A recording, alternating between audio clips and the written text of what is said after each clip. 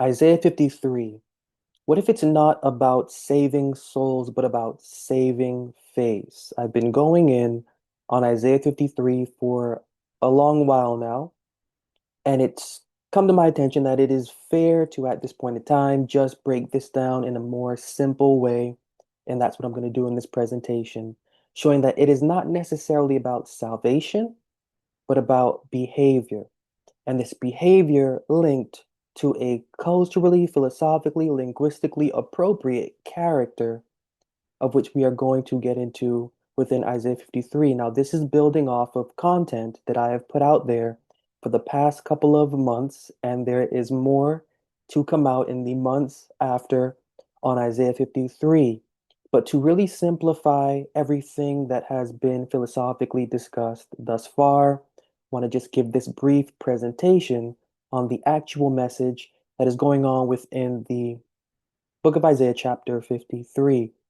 So this is what we're going to be getting into. And also, if you know me, you know I am an individual that likes to expound upon Bible verses because I've done this, expounded upon the Bible verses in videos prior. If you're just seeing this video for the first time, go see those videos. If not, you know what I'm going to be getting into, and I will be giving Bible verses throughout this presentation, just not the full verses, just the verse, the name and the number, just to go over just where and how these verses relate to the cause of this presentation, which is to get into the nature of Isaiah 53. It's not about salvation. It's not about a dying and rising deity. It's not about a Messiah. It's not about a messianic figure. It's not about the nation of Israel. And this is the layout here, which we're going to go through. We're going to look at the context of Isaiah 53, the suffering servant figure.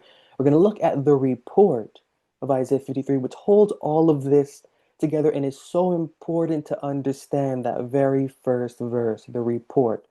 The role of this figure, they're separating the precious from the vile, seen in the book of Jeremiah, the promise of life given to them, examples of preservation in Jeremiah, the resurrection of the priesthood, which is the role that the main character of Isaiah 53 serves, the devotional character called quote unquote Israel, the cultural philosophical context of all of this, and the cycle of judgment and deliverance that Israel's deity needs for their relevance.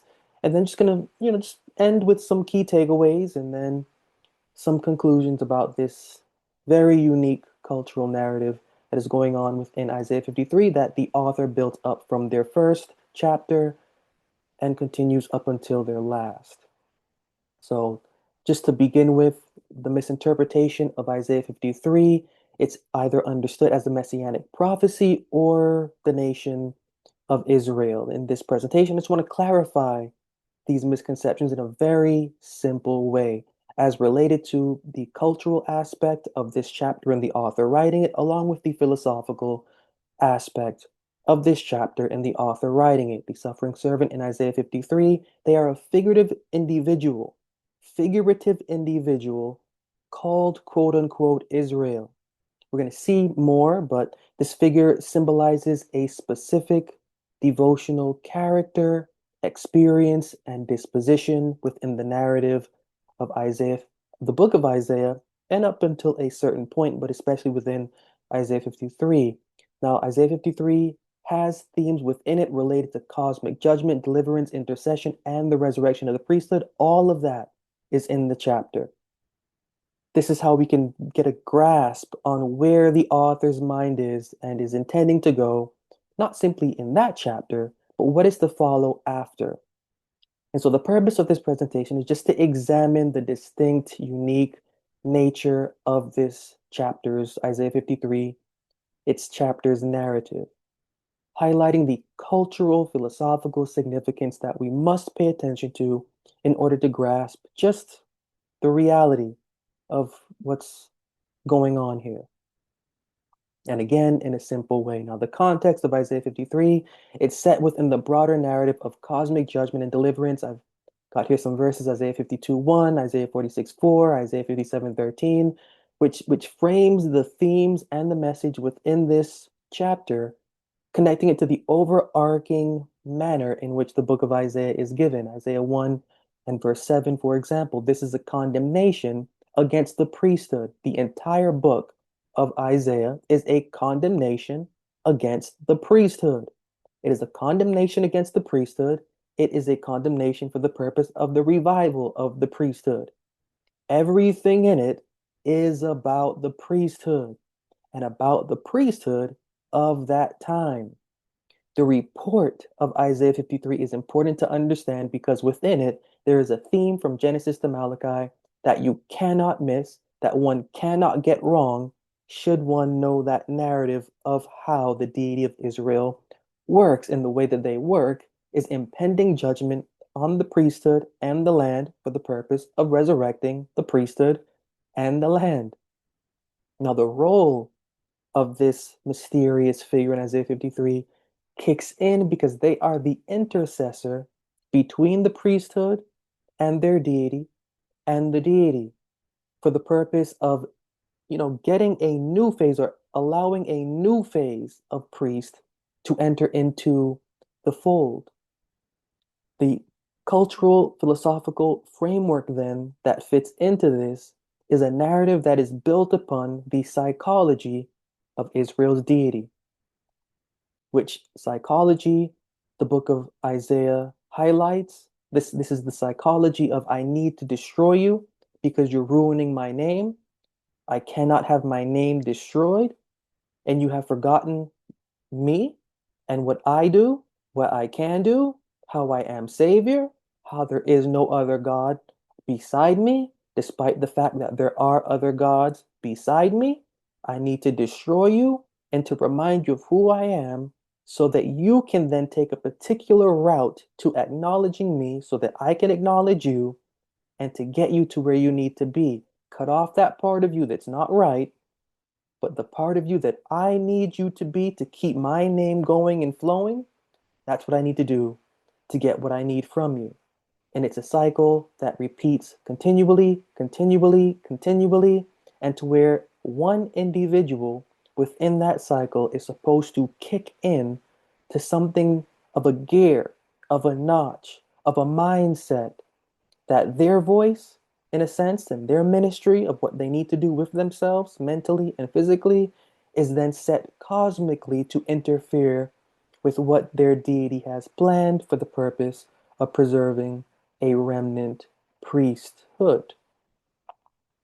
Now, the identity of the suffering servant, they are not a messianic figure. They are not the nation of Israel. They symbolize a figure embodying necessary devotional humility for necessary devotional repentance for the purpose of their intercession between the priesthood, because they are a member of the priesthood, and the priesthood's deity. Now, they are named Israel, and this name is not as if it is their natural government birth name. This term Israel is figuratively used by the author writing the book of Isaiah to demonstrate a particular character possessing a particular devotional conscience. And this particular devotional character and conscience is designated to separate precious from vile within the priesthood. I've got Jeremiah here because a lot that is in Jeremiah is fulfilled within Isaiah 53, language and context included. And then I have Isaiah 49:6 here, which, in a sense, the center of all of this, the crux of it is cosmic judgment for cosmic appeasing. The suffering servant plays a pivotal role in the narrative of the cosmic judgment. Now, this role highlights themes of deliverance and spiritual purification within the priesthood. Now, the suffering servant is a figurative individual, and they represent something very specific to the narrative, to the theological narrative within the book of Isaiah. But there is something, and I just wanted to bring this out there for the sake of its necessity when relating to this character in Isaiah 53 and the Jewish theory that is attached to it. I have here, and this is something that the Jewish theory concerning their belief that the main character in Isaiah 53 is the nation of Israel, Isaiah 41:8, which highlights Israel. See that there. And then you go on to Isaiah 41, 9, it seems to be forgotten that in Isaiah 41, 9, despite Isaiah 41, 8 saying the term or the name Israel, there is a separation there. I've called you from the chief men. Called you from the chief men. Now, a nation, if this is in regard to a nation, I don't know why in their theoretical framework this verse in Isaiah 41, 8 is only highlighted because the name Israel is there, sure. But you go to the very next verse, Isaiah 41, 9, I've called thee from the chief men. And in the Hebrew language of which this is written in, that word men there, the chief men there, it means nobles. Nobles. So then you go to Isaiah 43, 1 and 2, which then shows a very clear contextual shift to the denomination itself. And it's not in reference to this anonymous minister categorized as Israel from Isaiah 41, 8 and 9. I just wanted to bring that out there because you have to read these things carefully. The author writing the book of Isaiah shifts context. They know who their denomination is. They know who that main character that they are leading up to Isaiah 53 and then the chapters after is. They make that clear contextual shift very blatant. And as we are reading these things, it is important to also understand that clear contextual shift so that by the time we get to Isaiah 53, we don't have to guess about what is going on there because the authors have already distinguished between Israel, the denomination, Israel, devotional character. These are very two things, two titles, two entities that can be confused if not following the narrative and allowing the narrative to speak. Just wanted to bring that out there because I find that very interesting. Now, this report in Isaiah 53 is about the cosmic judgment and the cosmic deliverance of the host, of the assembly, guided by that mysterious, that anonymous, that general Isaiah 53 figure. That report in Isaiah 53, it conveys a message of destruction, yet also renewal for the Jerusalem priesthood. It serves as a cosmic telephone, you could say, to that main character, allowing them to know that this is something that needs to be taken seriously, and there are things and steps that they need to do in order for that renewal to take place because the destruction is going to happen no matter what. Now, this arm, the report highlights the arm of Israel's deity, and the arm of Israel's deity is their right hand, the same right hand that helped Moses, the same right hand that helped Joshua and Rahab and such, the same right hand, this, their high priest in the heavenly sanctuary. There is a mythology from Genesis to Malachi. In this mythology, there is a heavenly sanctuary. In this heavenly sanctuary, there is Israel's deity and the high priest of Israel's deity. Israel's deity is the executor of cosmic judgment upon the priesthood. Why? Because they themselves are the head of the priesthood above. If what is above is not matching below, it needs to be handled. When what is going on below is matching above, well, then there's peace, there's harmony, there's refreshing, there's fruitfulness, so on and so forth. The arm of Israel's deity, their high priest, Psalm 110, Psalm 68, they manifest not physically. This arm does not manifest physically.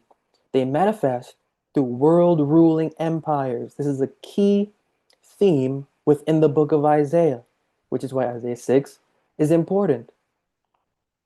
The main character there seeing this understands that the repentance of the priesthood is necessary. Humility from the priesthood is necessary. Change in behavior within the priesthood is necessary. That's why Isaiah 6 again is important. Because the same speech that the character Isaiah is giving in Isaiah 6 and the same individual they're seeing in vision is the same speech that the individual in Isaiah 53 is giving because they're seeing the same figure in vision, which figure is represented by that report of destruction, which yet holds renewal. And so the role of the suffering servant is tied to this process because they are embodying within themselves mentally and physically the shortcomings of the priesthood. And then also, while embodying the shortcomings of the priesthood, they're doing things to also embody the renewal of the priesthood. So it's not just about destruction, it's not just about the end of a phase. Their ending of a phase is actually the beginning of a phase. And the beginning of a phase, the beginning of that phase, it is symbolized by this individual figure and their resonance with what's going on because they are supposed to understand that what's going on below, because it is not matched what's going on above, destruction is necessary. And the one that is set over that destruction, they're going to do something about it. And doing something about it, they need to then do something with their voice because as the theme goes from we see with King Ahab, we see with Nineveh, we see who knows in the book of Joel chapter 2 if we by our wailing and speech and repenting will receive the kind of mercy that our deity will give us to spare us the kind of destruction that we know we should have but will keep as is in Zechariah a third, or as is in the end of Isaiah 6, a certain portion of the holy seed. That holy seed, priesthood. All of this is about priesthood.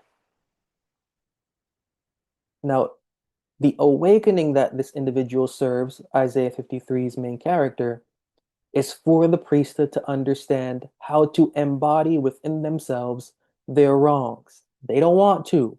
They don't want to hear it. They don't want to hear it. Somebody has to do it.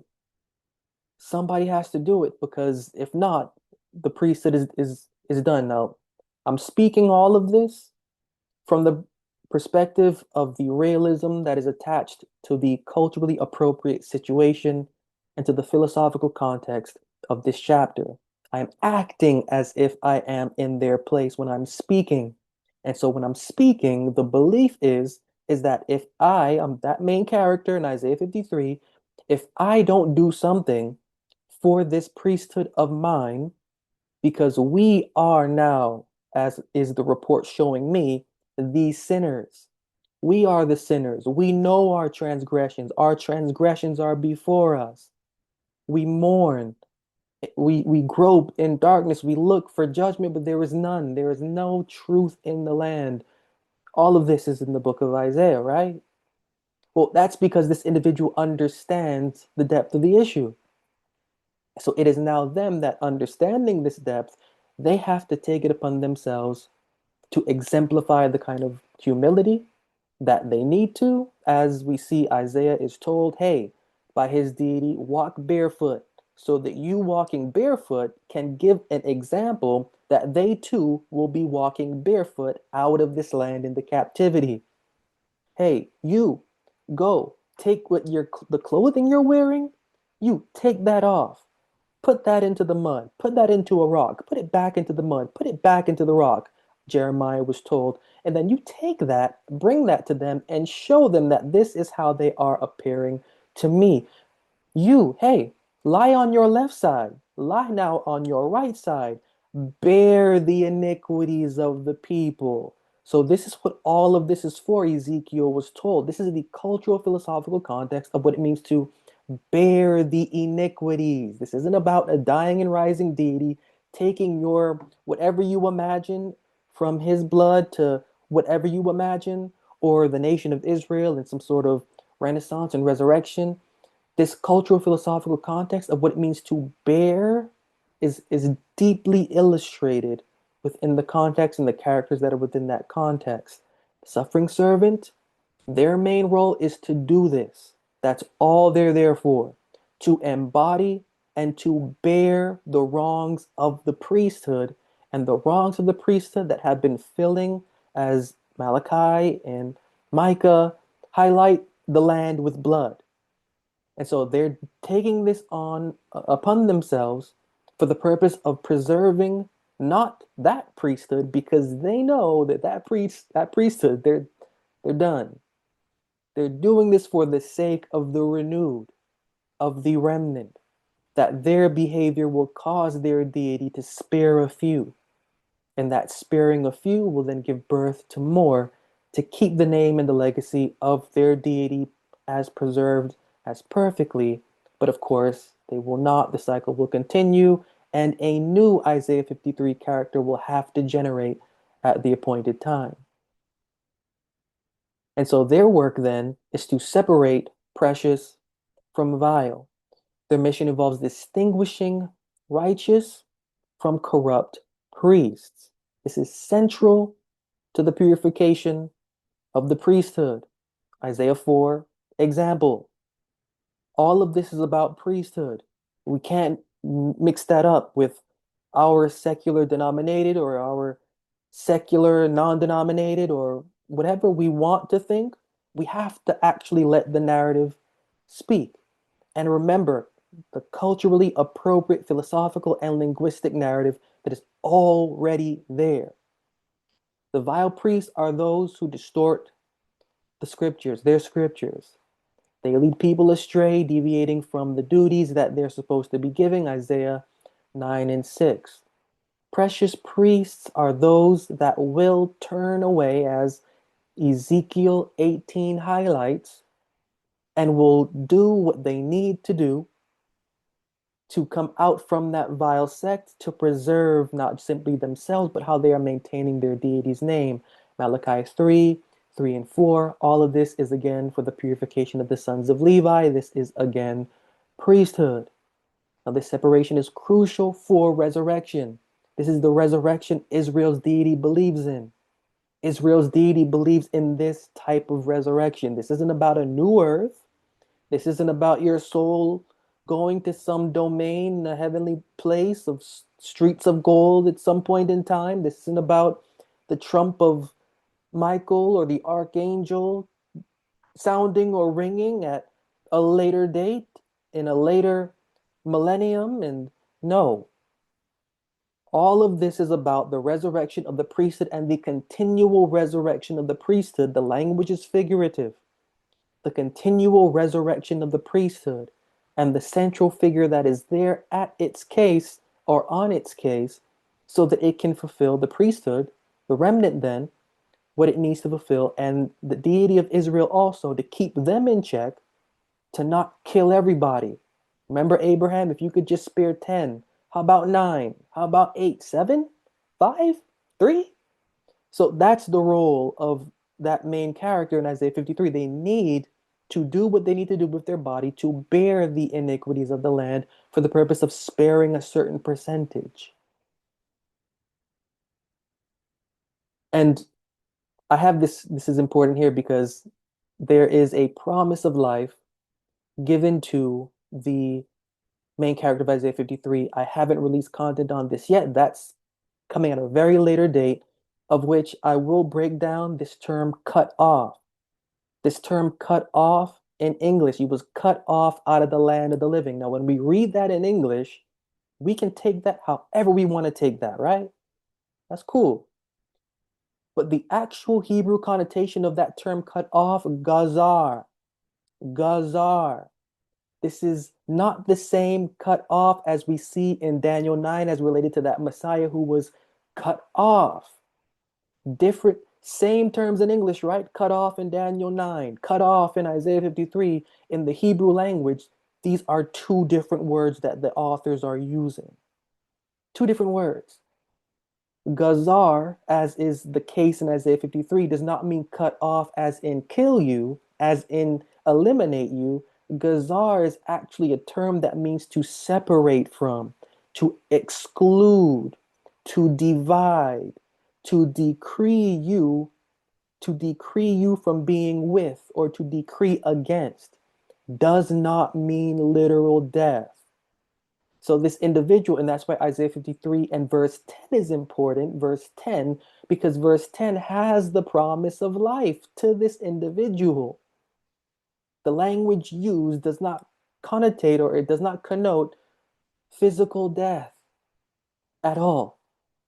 That's why they use gazar when they say he was gazar out of the land of the living. This isn't literal death. And it is a promise, there is a promise, Isaiah 53:10, to this main character, not just to them, but to their offspring. And in what I have released thus far via video on YouTube, you can see that the connection between this promise here and Jeremiah, one and the same. The language of Jeremiah is so fulfilling of this chapter. It's mind-blowing. So this is significant. This is significant because we can understand the role that this and who to look for that this figure in Isaiah 53 is serving. The character, the character in the testament to their ministry. The language that the author uses gives us the clues to understand what this is about. We can read again what we want to read in English. That's real cool. But the authors, right, and their cultural, philosophical, and linguistic context, they're gonna deviate from what we in our Western culture, whether that be a Western Greek or a Western Roman or a Western American culture, what's gonna be said there. And again, when you see this, it's gonna come at a later time, but published on YouTube, Gazar does not mean cut off as in you're destroyed. The individual here is separated from and excluded from the priesthood. That's very important to understand because that promise of life given to them in Isaiah 53:10, it changes everything. Changes everything. This is not a chapter for a messianic figure or a nation of Israel. This is a chapter for exemplifying the kind of behavior that needs to be exemplified in order for the priesthood to be saved. And again, Jeremiah here kicks in because everything within the life, times, and ministry of Jeremiah, it is fulfilled within Isaiah 53. Got Jeremiah 39:11 and 12, got Jeremiah 40:1 to 4, describing how this individual is receiving the promise of being separated and saved. Same promise given from Isaiah 53:10.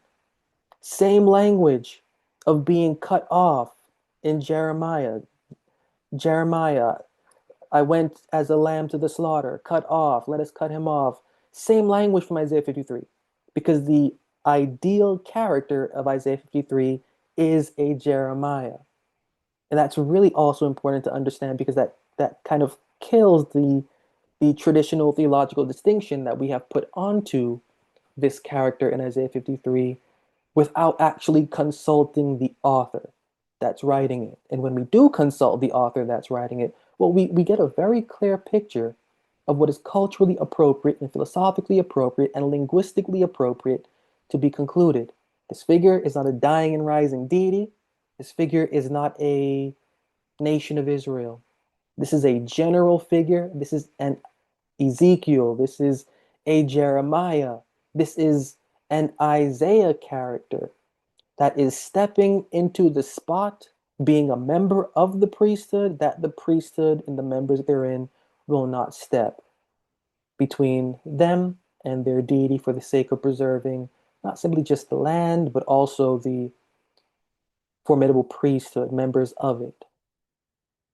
Now, this leads to about 4 phases. The first being the destruction of the current priesthood, as it has this clear process of an emerging remnant priesthood from it, forming a purified remnant priesthood from out of the ashes, figurative ashes, or as is Isaiah, or as is in Isaiah 10, from out of the mire to form a new priesthood, which new priesthood is figuratively termed Adam, alignment with the intentions that Israel's deity has for this new priesthood, for the fulfillment of the goals of this priesthood in maintaining the name of their deity.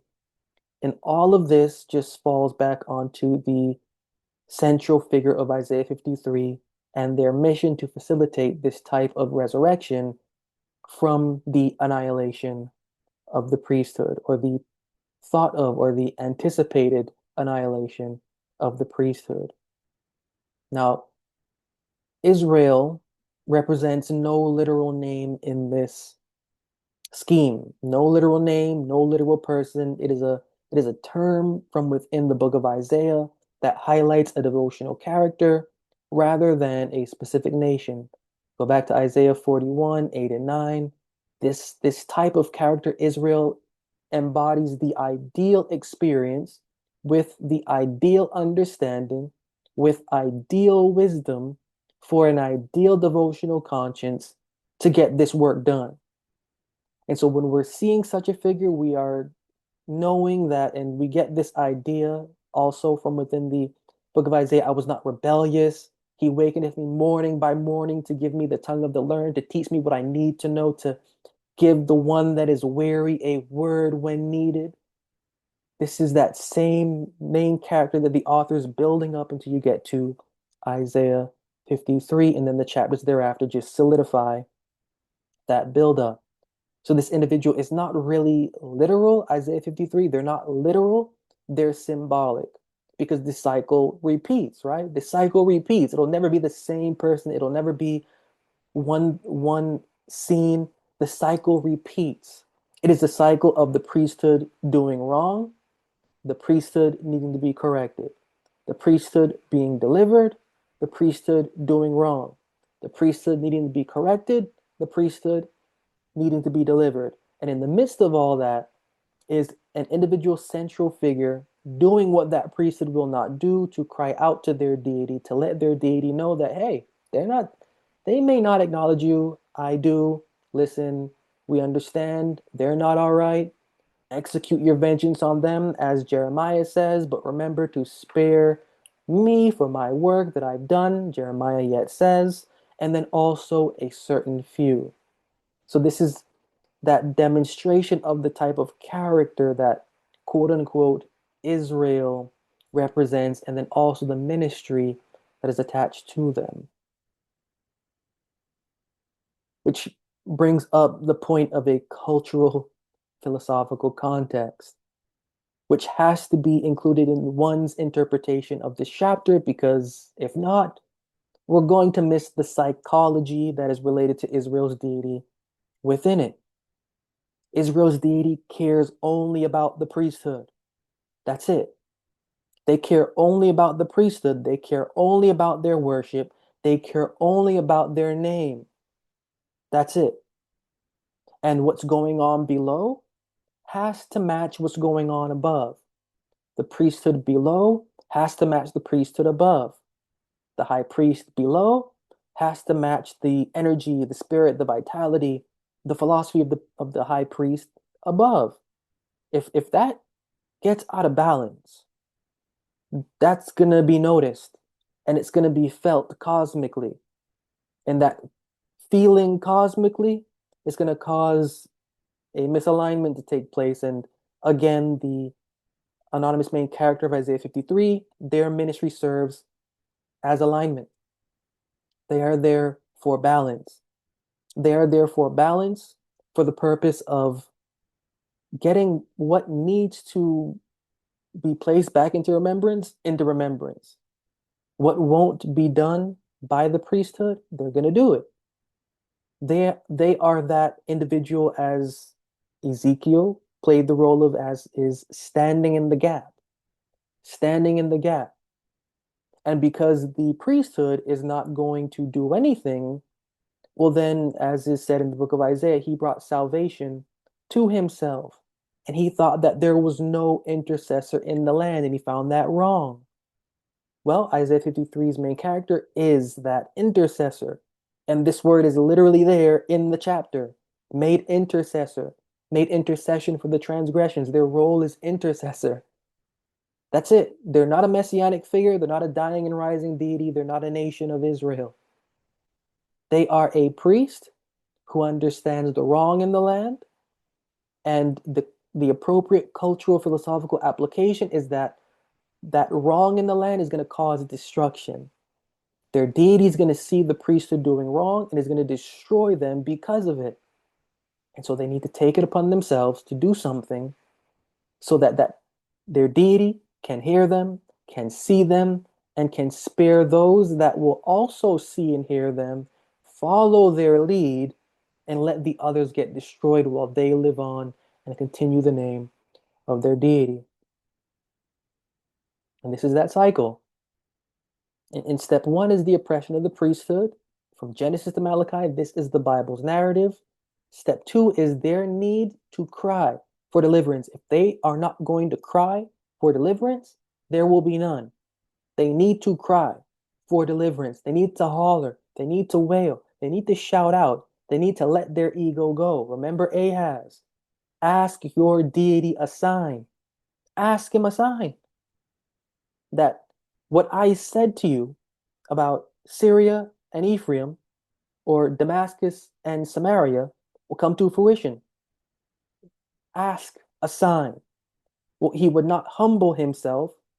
Therefore, it came back to him that since you will not ask me a sign, I'm going to do it for you. And I'm going to pull that sign out for myself. Then comes in the role of the suffering servant, because if you won't do this, they will. They need to do this because they understand what that report is. That same report that Ezekiel was given to eat of lamentations, mourning, and woe, that's the same report from Isaiah 53. Whoever believes that report, they're going to behave in a way to make sure that the full brunt of it doesn't take effect within the priesthood, because that's who it's aimed at. And then that final phase is the priesthood's resurrection. Let that cry for deliverance be what it will. Let that main character do what they need to do for their ministry to get their deity's attention, and let the attention of those that will hear also join in. And a new priesthood will be formed from out of the ashes, from out of the dust. Isaiah 10, from out of the mire of the previous priesthood.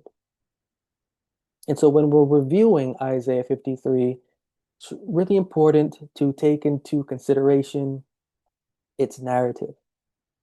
Its narrative, which narrative is built up not just in that chapter, from the very first chapter. The very first chapter tells us how sick the priesthood is. They're wounded, they're zombie-ish, and there's no one giving them any ointment or medicine to treat them. We are lucky that we are not as Sodom and Gomorrah, but that as a remnant has been left from us. The answers to the test are given in the first chapter. Everything that comes after is just unfolding what's happening in the first chapter. By the time you get to Isaiah 53, we should already understand the philosophical, linguistic, and cultural narrative that the author is approaching things with. Its symbolic focus and the representation of the representative. Isaiah 53's main character, who Isaiah embodies throughout, and then thereafter kicks in a specific focus that's crucial in order to get the underlying message within this chapter, which is a message not of salvation, it's a message of behavior. Behave. If you have believed the report, behave. Behave. Because only through the energy of your behavior will you be spared, will you be saved. Is my arm so short that it cannot deliver? It is constantly said. Israel's deity is constantly saying throughout Isaiah. Well, that's because they deliver through behavior. And the kind of deliverance that they are delivering is not a deliverance of a trumpet at the end of a millennium, or I don't know, whatever you want to think about that. However, their deliverance involves the rescuing of a denomination and the preservation of a priesthood. That's it. Nothing more to that. That's all the cultural narrative is applicable for. That's it. That's how they operate. And it's not just in this book, Isaiah, that it is. Genesis to Malachi, the psychology of this deity is told. That's all they care about. The psychology of this deity's resurrection and destruction for the purpose of their worship, the priesthood. That's their only focus. So to get that from Isaiah 53, the cultural and philosophical and linguistic context, it's important because it highlights the reason for why that main character exists, highlights their mission, highlights the leading up to that character in chapters prior, and it highlights the kind of resurrection that's going on in the chapters afterwards until you get to the end of the book of Isaiah. And so, just now to conclude, the narrative of Isaiah 53 is unique to itself. What we in 2025 and generations prior in the modern theological and religious era have placed onto this chapter has tremendously killed the point of it. And placing that onto this chapter and tremendously killing the point of this chapter, we are actually killing the culture that the author is writing with. A culture that is important to understand, to fathom what the author's intention is. And concerning this main character, their role through it all. Because if we can understand this theme, if we can understand their role, you can go to from Genesis to Malachi and you can pick them out in every single one of these books. You can pick them out. They fulfill it. And so the context is important because it makes the experience of understanding this chapter more richer. It makes understanding the author crucial. The author's weight matters. Will we be able to get the author's weight in 2025? If we stick to it, sure. This culture is dead, right? This culture is dead. This culture is dead. This train of thought is dead. This is dead. But what brings life to this is the philosophy that is contained within it. And the philosophy that is contained within it and its relevance to the narrative in a way that in 2025 we can connect with because philosophically, mentally, devotionally, and being a thinking and feeling creature or thinking and feeling being, we can transition these thoughts into our personal living experience. And so understanding all of that within Isaiah 53, it really changes the scope. One that changes theologically as it is not related to a dying and rising deity to save your soul, and as it is not related to a nation of Israel. Instead, we get the crux of behavior and how culturally appropriate behavior within the priesthood was seen, and how culturally appropriate behavior within the priesthood was seen and acknowledged by their deity. So we're getting every facet of information that we need from the deity's perspective in the book of Isaiah, and then from the minister's perspective from in the book of Isaiah. We connect these, and we're able to really unlock the times. And the times, of course, again, this is dead, but how this culture interpreted their world, how they interpreted their world. Our interpretation of their world, placing whatever we want to place on it, it's really not going to cut it because their world is unique. Everything here is unique. This is very unique stuff. And it's important to grasp that so that we can get not simply just the theological lesson of this culture, but also the philosophical lesson that we can apply to ourselves now at this point in time.